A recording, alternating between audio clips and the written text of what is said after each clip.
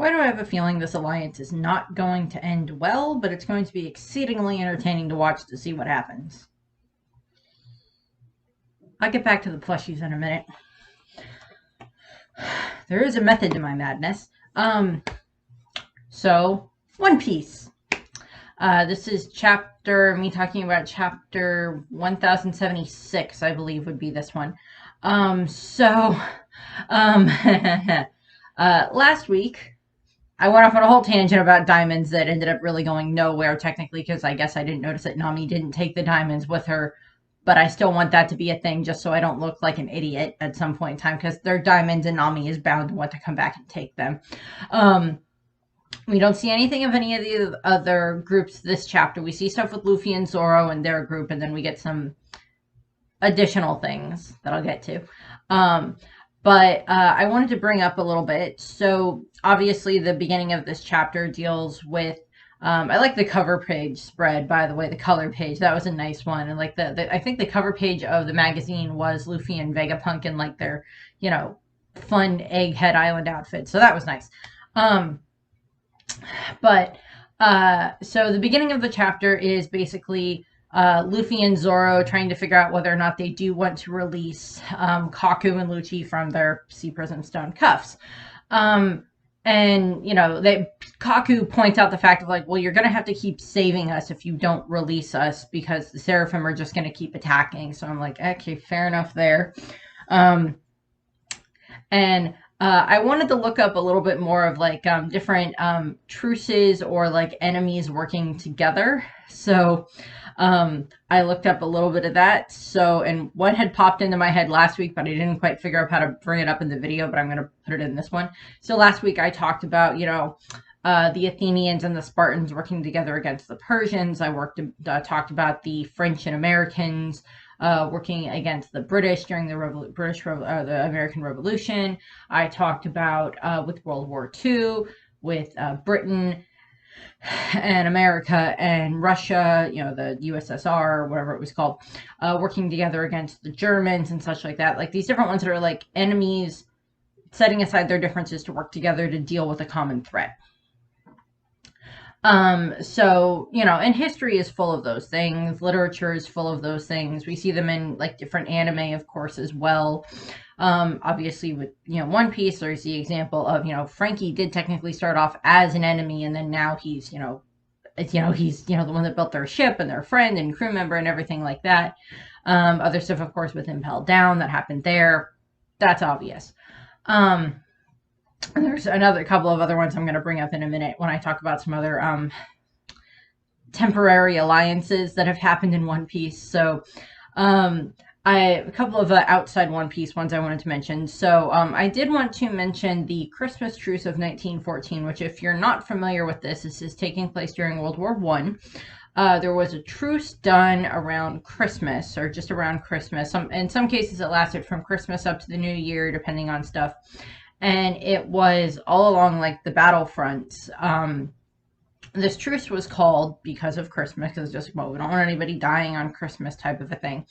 And it resulted in, the American and the French and the British and the German soldiers, like they were all like interacting with each other, and like it was like this more peaceful time. And there's different, there's documentaries about it, there's pictures and paintings that have been done about it and stuff like that. Garth Brooks has a song about it that I actually like the song quite a bit. There's a Doctor Who episode that deals with it, which is really nice, and how they like tie stuff together that way.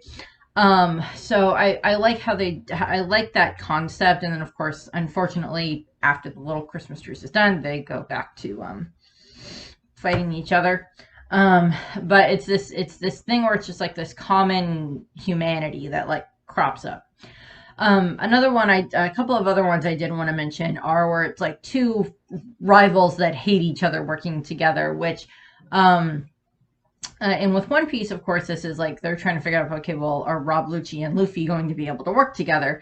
And I wanted to point out a couple of things from comics, where some different comics, mostly from DC. I didn't really find any from Marvel, but I know there have been some in Marvel, but DC were the main two that I found. And so everybody is familiar with, the rivalry between Superman and Lex Luthor. Not Clark Kent and Lex Luthor. I mean, Clark Kent doesn't particularly like Lex Luthor to begin with, and as a journalist, he tries to bring him down and everything like that. But as a journalist, Lex Luthor has really no problem with Clark Kent for the most part. It's more the Superman thing that, of course, he doesn't like. Which you would think of all the people in the world that claim to be smart enough to figure out who Superman actually is, you think Lex Luthor would be one of them. But there have been various points in time in the comics where Superman and Lex Luthor actually work together. I think there's also this whole, I don't know if it's I think it's a more recent thing. I don't know if it's in the New 52 or the new reboot or whatever, but like Lex and Superman actually end up like working together for a while, and then I think at some point Lex like turns his back on Superman, like it was my whole evil plot the entire time, and blah, now I'm evil again. It's like, this is not surprising. If anyone's familiar with Lex Luthor, he is a backstabber at various points in time. Although there are at least 2 different movie universes where he is president of the United States. So, yeah. That's different context in both of them, but still. And then the other one for comics that I wanted to bring up was Batman and the Joker. Yeah, okay, so yes, there are various points in time where Batman and the Joker have teamed up. It's not necessarily because Batman wants to work with the Joker. It's because he needs the Joker's help in this regard, or the Joker has come to him because the Joker is being framed for something he didn't do. And as much as Batman wants to put the Joker behind bars permanently, it's not necessarily something that he wants to put in there because of something that Joker didn't actually do. So there's various points in time where the Joker and Batman have teamed up on things. I know there's some stuff in like one of the Arkham Knight games where they like team up there, and there's a few other bits here and there where they work together. I was trying to think. I know there's a couple of comics where Joker actually goes good, which is saying something, where he actually becomes a good person. If you want a very good example of this, read Batman the White Knight. Joker goes sane from overdosing on medication, and then Batman kind of gets turned into the antagonist. And it's a really good story. I've read it, and it's really good. And then there's like several subsequent volumes that are like additional stories that go with like Harley and like a whole bunch of stuff, and it's great. And I just recommend that. I highly recommend that if you want to have a good one that doesn't delve too much into like the outside DC universe, but gives you a good look at like kind of some additional things in Gotham. And then the last piece I wanted to bring up, which was not something I mentioned last week, but I kind of wanted to for like a pop culture reference. So last week I mentioned John Tucker Must Die as one of those movies where it's just like, the girls that hate each other but find out that this guy is using each other to cheat on him, using them to, each other to cheat on themselves, blah, blah, blah, blah, blah. And then they work together to like bring him down. I also wanted to bring up the Bring It On movies, which if you're not familiar with the Bring It On movies, they're all about cheerleading. And it's like, they tend to focus around these 2 different teams, the Sharks and the Jets. One's from the East Coast, one's from the West Coast. I don't remember, but it's all of these different cheerleading movies. I remember watching several of them when I was growing up, in the 2000s and stuff like that. They weren't bad. They were, they kind of just, kind of represented the athleticism that you would have to be a cheerleader, which is true. I mean, like Kim Possible did the same thing. To go for a different reference, I love Kim Possible. But there is one of the Bring It On movies is called Bring It On, In It to Win It, which is the Sharks and the Jets are forced to work together because a bunch of their team members get sick or get hurt, and to have enough members to compete in this cheer competition, they have to work together and put aside their differences. And it's still these rivals having to work together, but they end up working together really, really well, and like, they win the competition. Spoiler alert for a movie you're probably not going to end up watching anyway. But I wanted to, I just wanted to point that out because I'm getting more of those vibes a little bit for some of this, where it's just like, we have to do this for our own survival. It's not because I want to have to work with you. So yeah. Um, I did want to bring up a couple of alliances that we've seen in One Piece going into this, and like all this is going on, we have S Bear and S Hawk are attacking the group, and we find out that S Hawk has the Super no Mi, the dice fruit that Mr. One had from Baroque work. So we find out about that, which is pretty much the perfect fruit for like a Mihawk clone to have. So that makes perfect sense. So we get some of that. Zoro's familiar with having to fight that devil fruit, so that's not like throwing anything new at Zoro. Luffy, I don't think Luffy ever had to deal with it, because I don't think Luffy ever had to deal with that. Well, no, he kind of saw possibly what Desmond was capable of during the breakout of Impel Down, but I don't think Luffy was exceedingly focused on that at the time. He was more like, okay, I gotta get out of here so I can get my brother. I have to get the ace. So there's some of that. Not too much else happens there. Kaku basically says, if you release me after this is all done and we've defeated the Seraphim, I will let you put the cuffs back on me. I actually believe this from Kaku, because as much as he was, he's this assassin, spy, whatever you want to go with in regards to dealing with, with what we saw with Gali Law and everything like that, and with CP9, I actually kind of believe that Kaku would do that, because out of all of them, he does seem to be a little bit more of the honorable one out of most of the different CP0 or CP9 agents that we've dealt with. So I believe that. So I was getting Law and Luffy alliance vibes from what Kaku was agreeing to, because there's like, it's literally this moment where like Luffy is like ready to agree and let Kaku loose, and Zoro yells at Luffy like, how do you know they're not lying? Which I find exceedingly funny. So I have a giraffe. Yes, it's purple. I don't actually have a regular color giraffe, and I don't have a Giraffe-Rig plushie. Or a Farigiraffe plushie, which I want anyway. So that's going to go there. Go there. Then we have the monkey. Sun God Luffy monkey. Goes there. This is a representation for Lucci, because I don't have any actual leopards. So he gets this. He gets Litleo. Or he gets Litten. Stay. Okay, fine. You go over here. Do not attack the monkey. So I have one more plushie, but that's for later.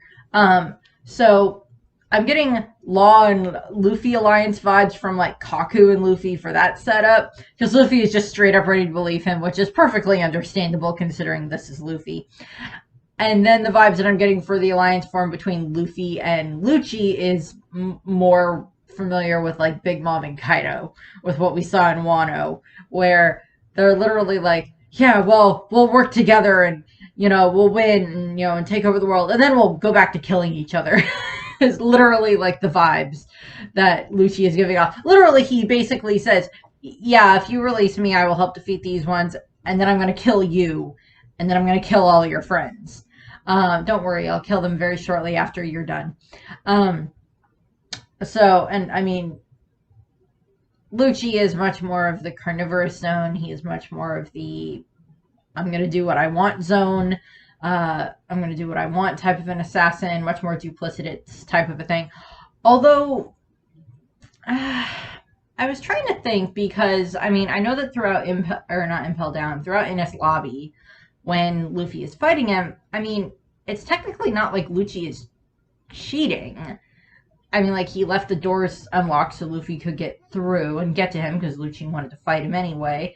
So, and it's not like Lucci technically cheated during the battles with Luffy. It's just that when they first fought in Water 7, Luffy wasn't prepared for Lucci knowing, the 6 techniques, and then, moving on, and then, Luffy gets his, second and third gear during that time frame, and then he is able to defeat Lucci. It's a close thing, but he does defeat him.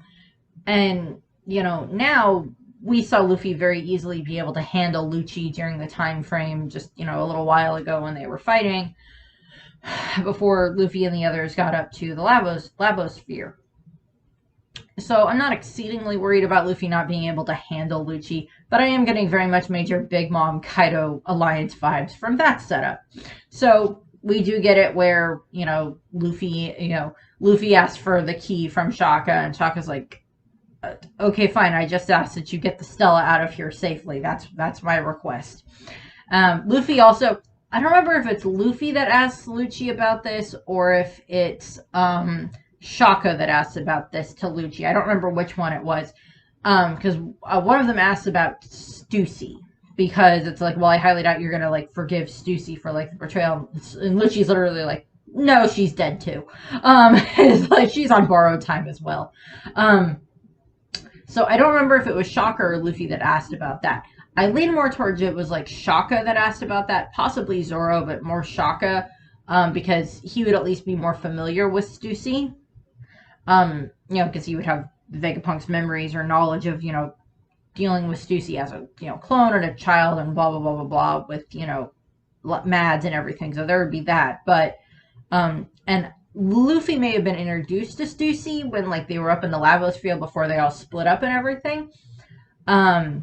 But I don't think that he would have an exceedingly high amount of familiarity to be, worried about her safety in that regard. I mean, like, he may still be worried about her a little bit, but I think that was more Shaka that asked. But they free Lucci and Kaku from the cuffs, and then we get this great double-page spread that, sees, Luffy and Lucci working together. I think Lucci is in his...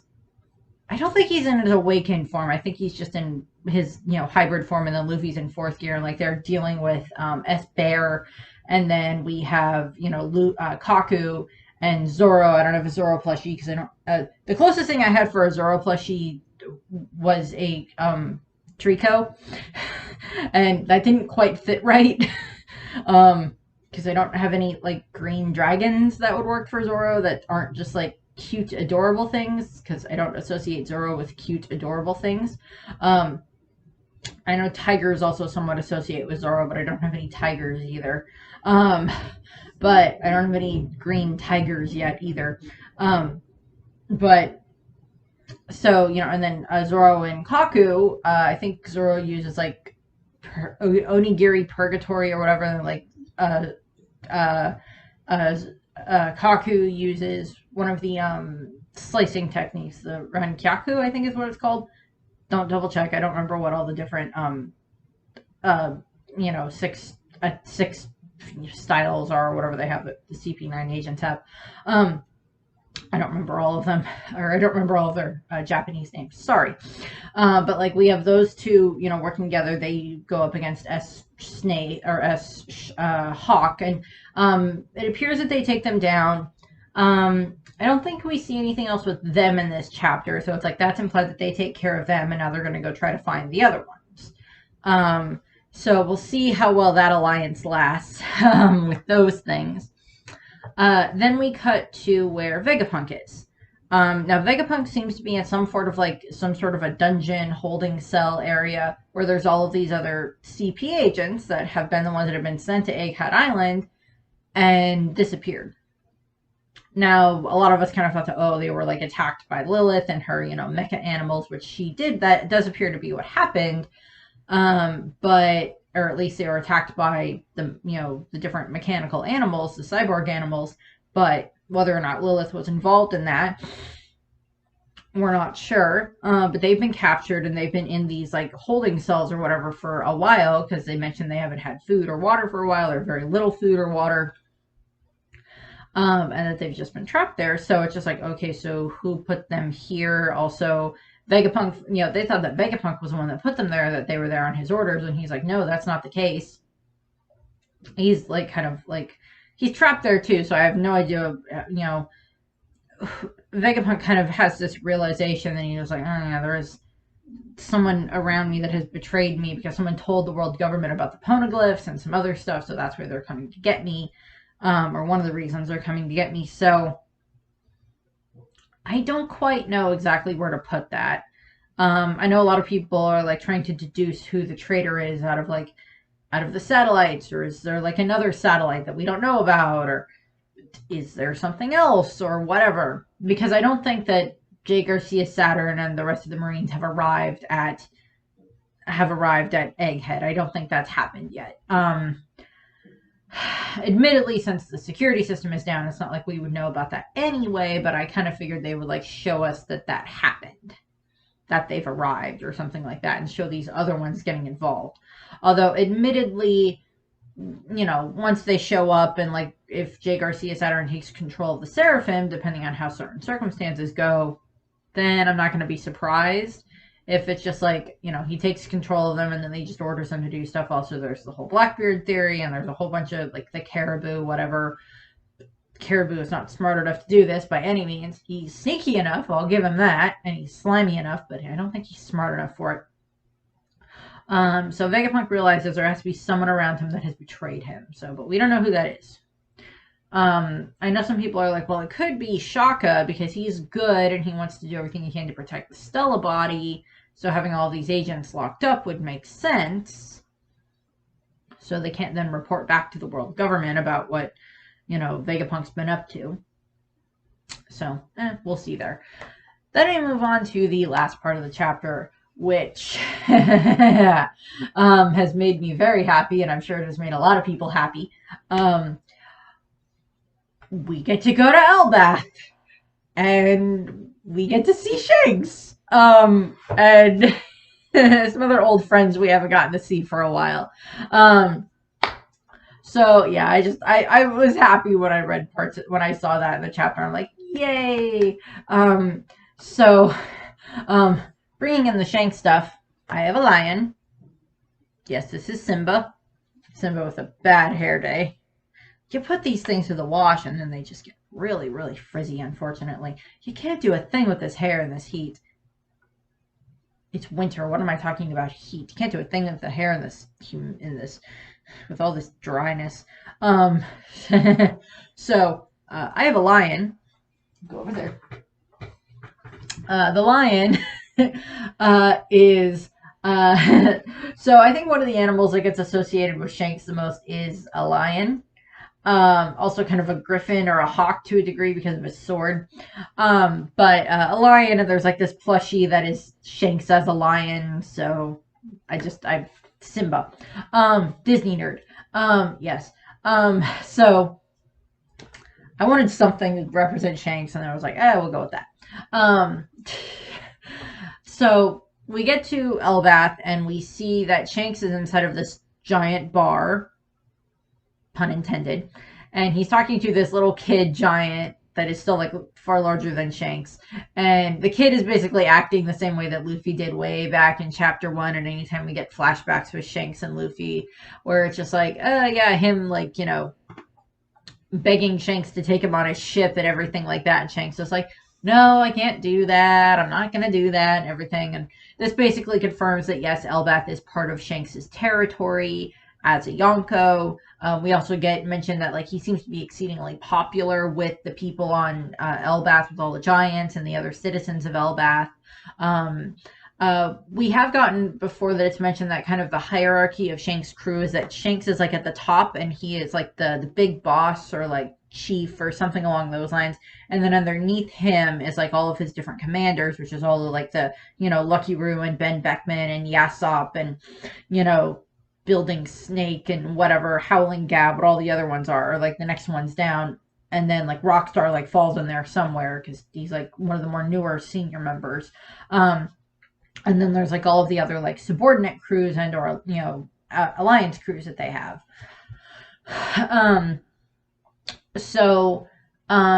We kind of see a little bit of that indicated here. We see just like them talking, Shanks is talking to the kid, and like the bartender is kind of acting, the lady bartender is like talking, acting the way that Makino does to Luffy and stuff like that, of like, oh, stop bugging him, you're going to make all the other captains jealous and everything like that. And I mean, Shanks is a very cool guy. No one's going to deny that. He has issues with being a father with what we saw in Film Red, but we have Shanks being a good guy. Shanks is pretty cool. Sidetracked back a tiny bit. I did want to point out a couple of the other alliances. We've got the Luffy and Law work together, and then we have Kaido and Big Mom, of course. There was the attempted alliance between Kid, Hawkins, and Apu, which we know was actually just Apu trying to set up the other two to get captured by Kaido.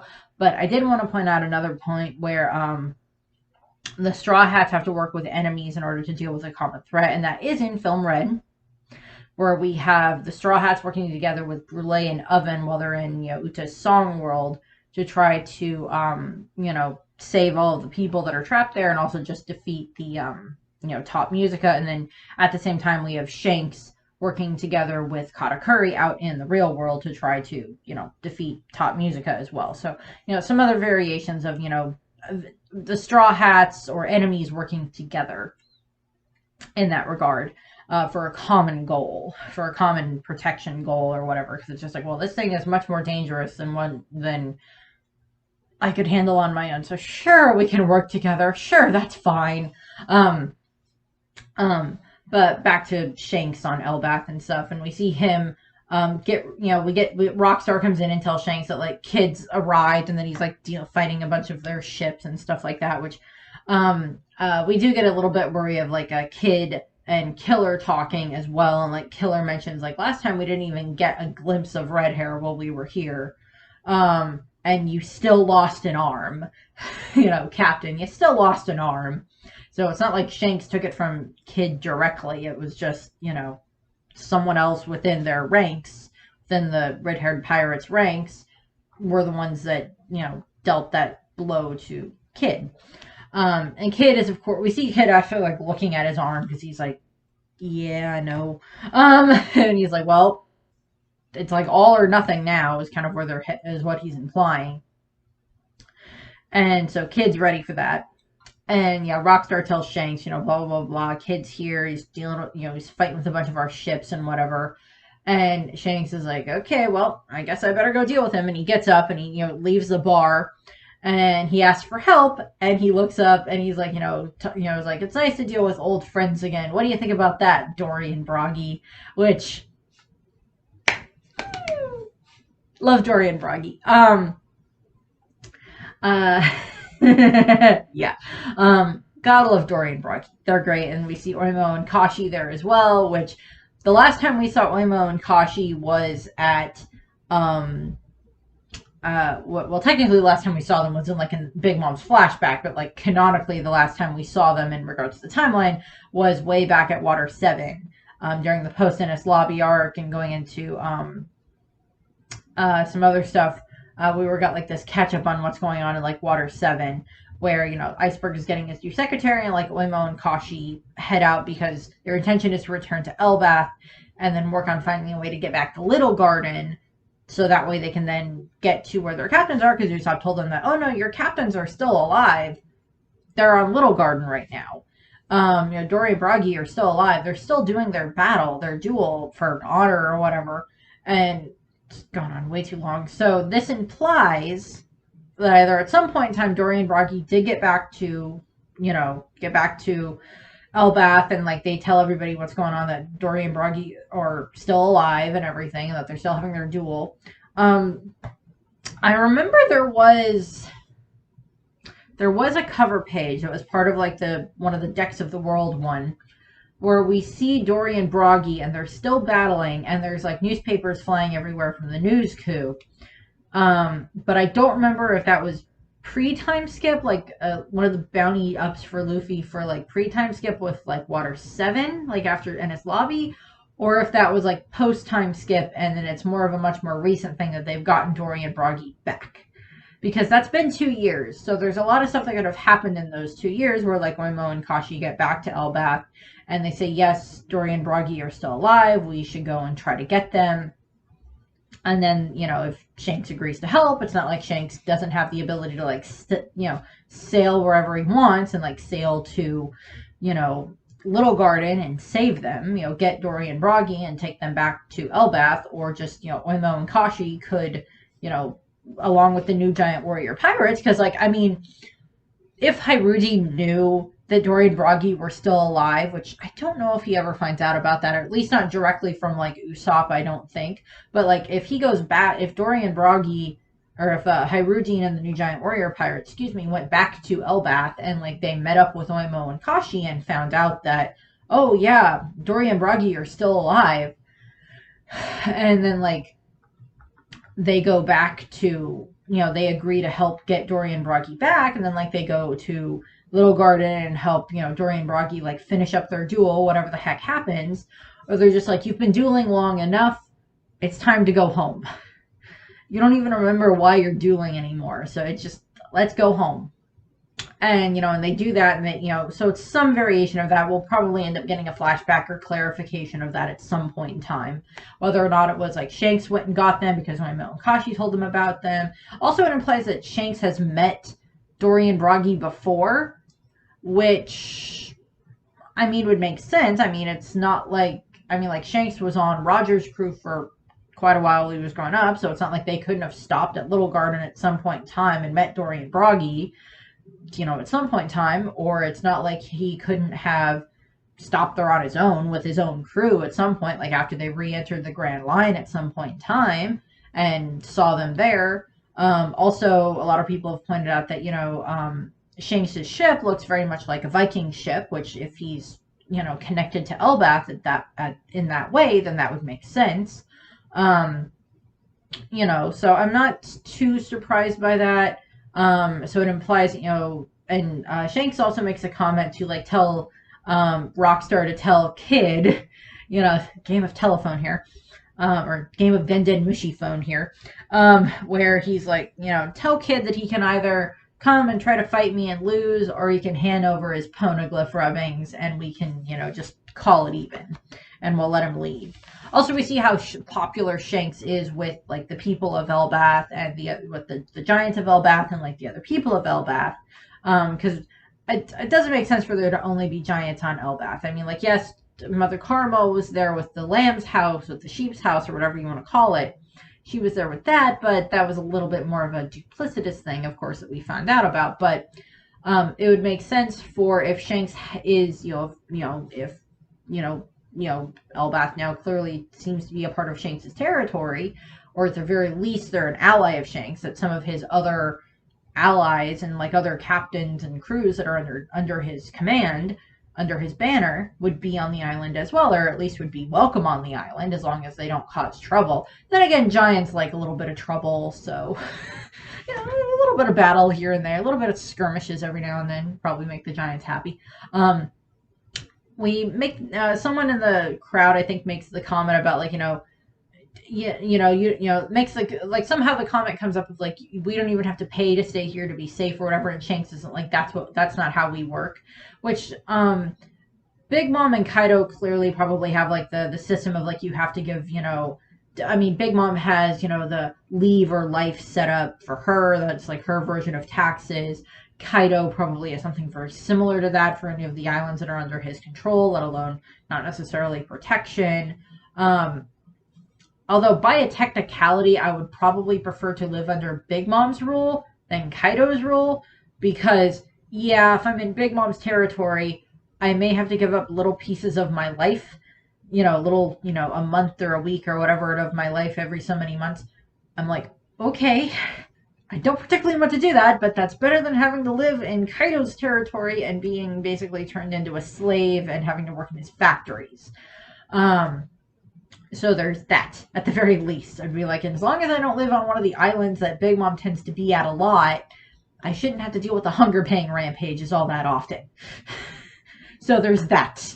But with Shanks, it appears to be that like he doesn't demand any form of like tribute or tithes or whatever. He doesn't seem to have that as part of his, setup, which tracks with Shanks. Like they go and they get treasure and they party and stuff like that. They probably use their treasure to buy alcohol and booze and whatever else, so that makes sense.